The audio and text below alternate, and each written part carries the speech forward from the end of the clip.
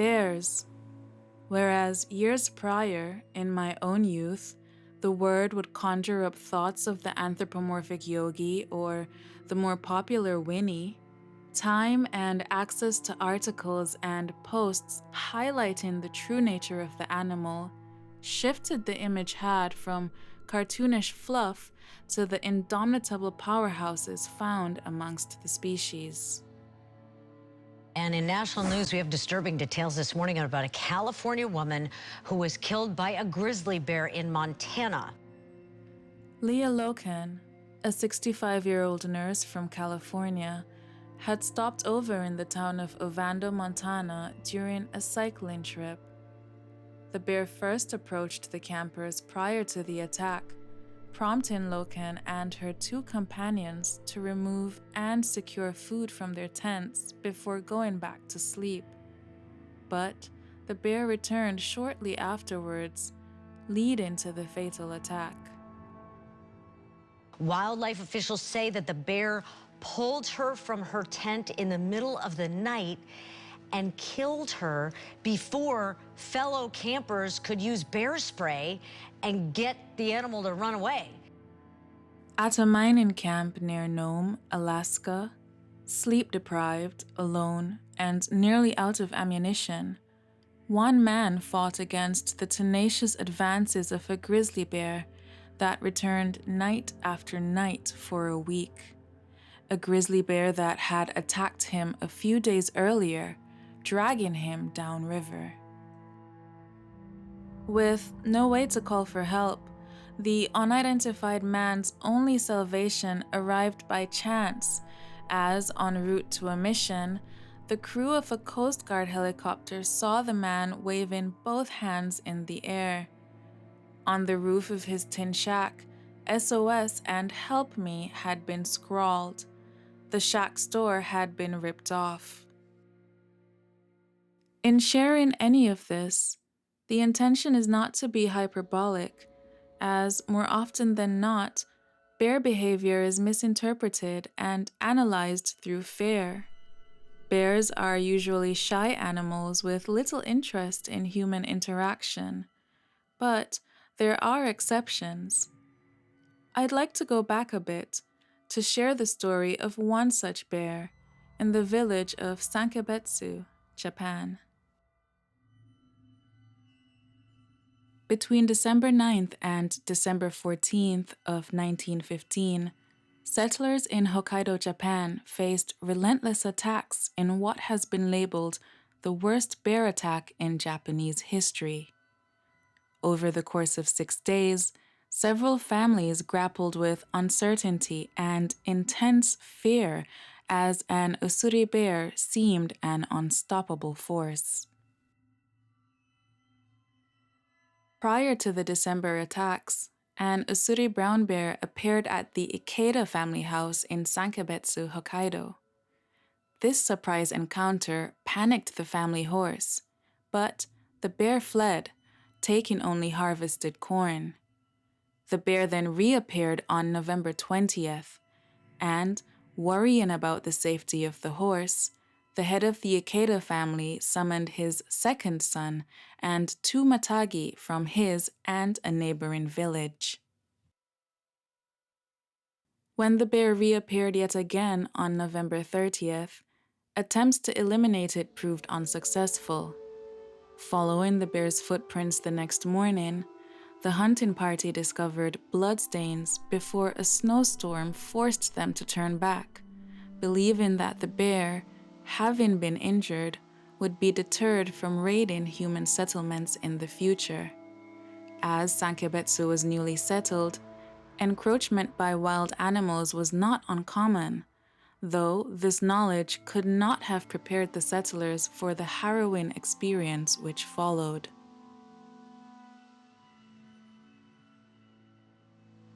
On December 9th, mid-morning, the Usuri brown bear arrived at the Ota family home. Present at the time were Abe Mayu, the farmer's wife, and Hasumi Mikio, a baby within her care.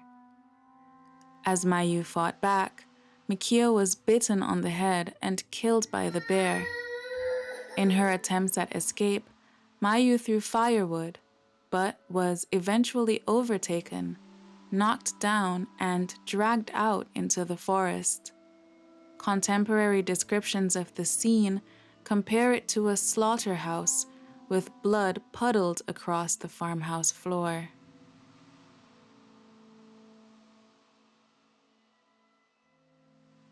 Following the attack on the Ota family home, a search party comprising some 30 men was organized to capture the brown bear and retrieve Mayu's remains. Upon entering the forest, the group advanced no more than 150 meters before meeting the bear. Out of the 5 men who opened fire, only one managed to hit it. Yet, despite this singular injury, the powerful animal opted to retreat, sparing the members of the search party any harm. Upon searching the area, the hunters discovered dried blood on the snow around the base of a fir tree. Beneath the snow lay the body of Mayu, with only her head and parts of her legs remaining. The Usuri had covered her remains to preserve and hide it from scavengers. Covering prey with soil, branches, and other forest cover is typical, and though more likely to bury whole carcasses, a brown bear may also cover its prey after already starting to eat it. This gruesome discovery led villagers to believe that, having tasted human flesh, the bear's return to the settlement was guaranteed, and at around 8 p.m. that night, the bear reappeared. Having predicted its return, villagers gathered at the Ota family home with guns, but in their panic, only one man managed to shoot at it. Upon hearing the news of the bear's return to the Ota home, 50 guardsmen posted at the neighboring Miyoke house set out to offer aid, but the bear had already vanished into the woods before their arrival. The guardsmen then reassembled and headed downstream on what they thought to be the bear's trail.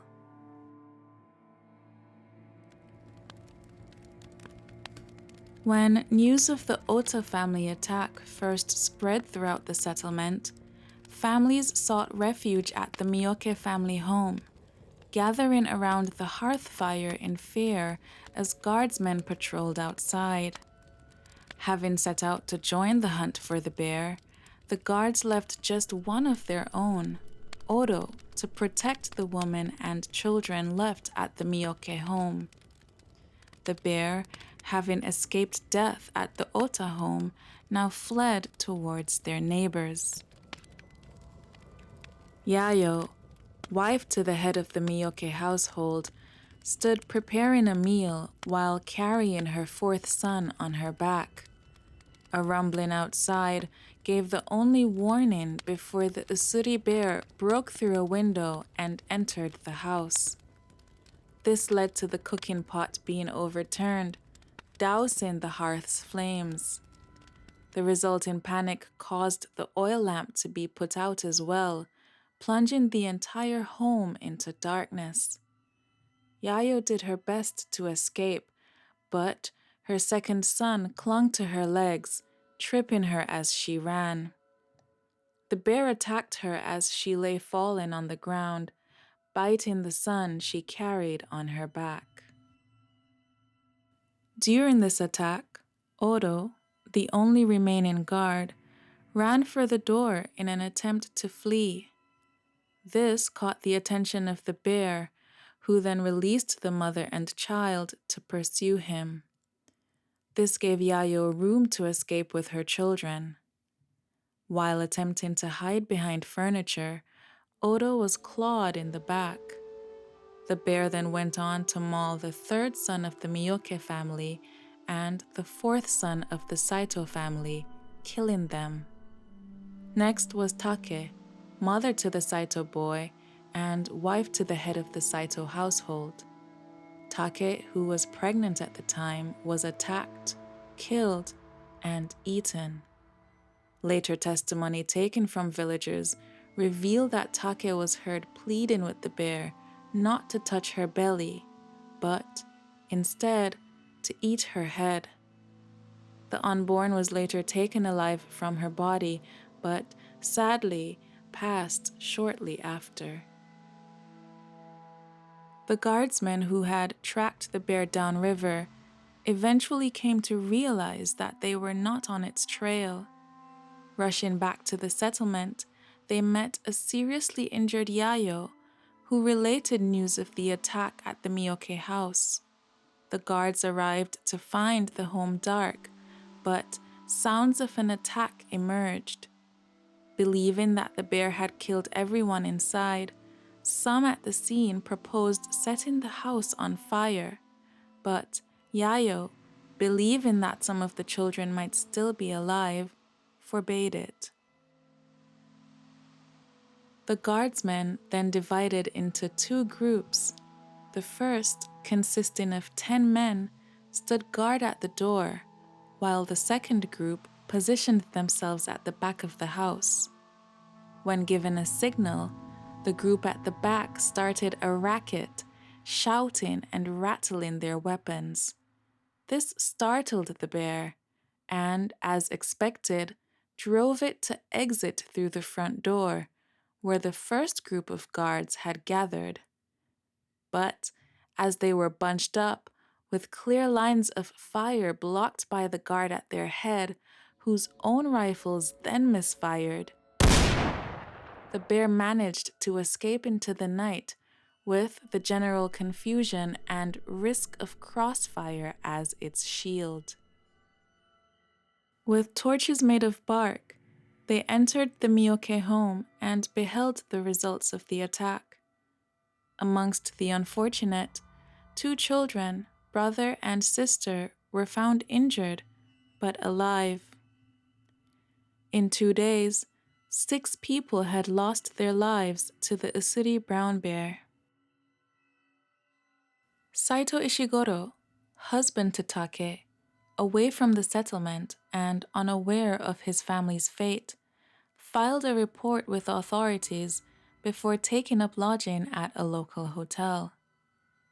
Miyoke Yasutaro, husband to Yayo, also away from the settlement, had heard of a man named Yamamoto Heikichi, who was an expert bear hunter, and so paid a visit to his house. Yamamoto was certain that the bear was 袈裟掛けか。あの猛獣めが。おめえの村を襲う前に3人をもう襲ってるのは知っとる。が、しかしな、わしには無理じゃ。銃は撃ってもう手元にないんじゃ。もうやめてしもうたんじゃ。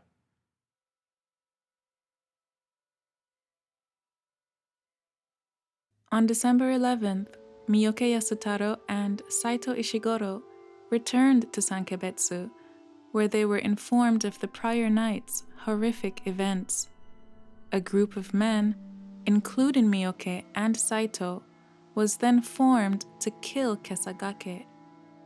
Believing that the bear would reappear, they decided to lie in wait at the Miyoke residence, but the night passed without event. Now, 3 days after the first fatal attack, officials at the nearby town of Hoboro received word of the rampage and dispatched a team of 6 snipers to Sankebetsu to hunt down Kesagake. Amongst them was Yamamoto Heikichi. Yet again, the bear failed to reappear. A future in which the bear were left to roam unabated seemed an unthinkable thing, and so the team resolved to exterminate the bear, even if this meant mobilizing unsavory resources. A new plan was proposed: attempt to lure out the bear with the body of one of its victims. This plan was widely condemned, especially by the Ota, Saito, and Miyoke families. But for the future of the settlement, it was decided to be the best plan. The bait was set, and the sniper team waited inside the house. But Kesagake, seeming to sense something amiss, briefly checked the inside of the house before returning to the forest without making further reappearances that night. The plan ended in failure. At dawn, a search team discovered that the Ota family home had been ransacked. Kesagake had eaten all the available winter stockpile and damaged at least 8 houses. Now, with their numbers reinforced with upwards of 60 armed men, it was decided that they should take their hunt to the surrounding mountains. The bear, seemingly emboldened by its continued ability to evade capture, now stretched its territory downstream. A captain, now recognizing the increasing risk of the situation, had the men form an ice bridge as a line of defense, then arranged snipers and guards. That night, a sniper at the bridge thought he saw something in the shadows of the tree stumps marking the opposite shore. Receiving this information, the captain thought it might be a man's shadow. When he spoke to it, however, he received no reply, and thus ordered the snipers to open fire. The shadow, belonging to Kesagake, disappeared into the forest. The following morning, a team investigating the opposite shore found a bear's footprint and blood there. Given that Kesagake had again been wounded and that imminent snowstorms were threatening to cover his tracks, it was decided that this was their last opportunity to hunt down and kill the bear. Yamamoto, accompanied by a guide, immediately set out, deciding to track the bear with a team of 2, as it would be quicker and easier than with a larger team. Familiar with Kesagake's behavior, Yamamoto successfully tracked him down. The bear was spotted resting near a Japanese oak tree. Approaching to within 20 meters, Yamamoto shot. His first shot hit the bear's heart, the second, his head. When measured, the bear weighed 340 kilograms and was 2.7 meters tall. A necropsy carried out on the bear revealed parts of its victims inside its stomach. The skull and fur, once kept as reminders, were later lost, with no traces of Kesagake left. It's believed that the attacks were the result of the bear waking early from hibernation because of hunger. This would have resulted in increased ferocity. From the Edo era onward, pioneers deforested and reclaimed the inland area.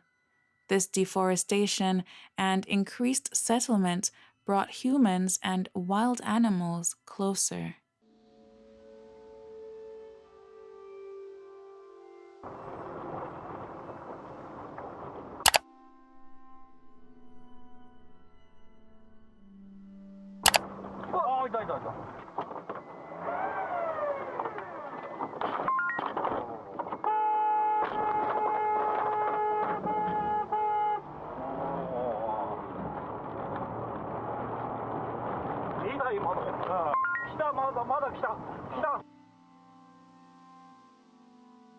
The Usuri is an exceptionally large subspecies of brown bear, and though their diet is primarily vegetarian, being the largest predator in its habitat means it is able to kill any prey.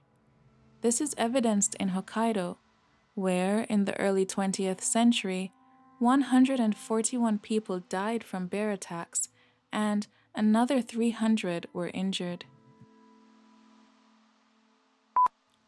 It's believed that the attacks were the result of the bear waking Hurley.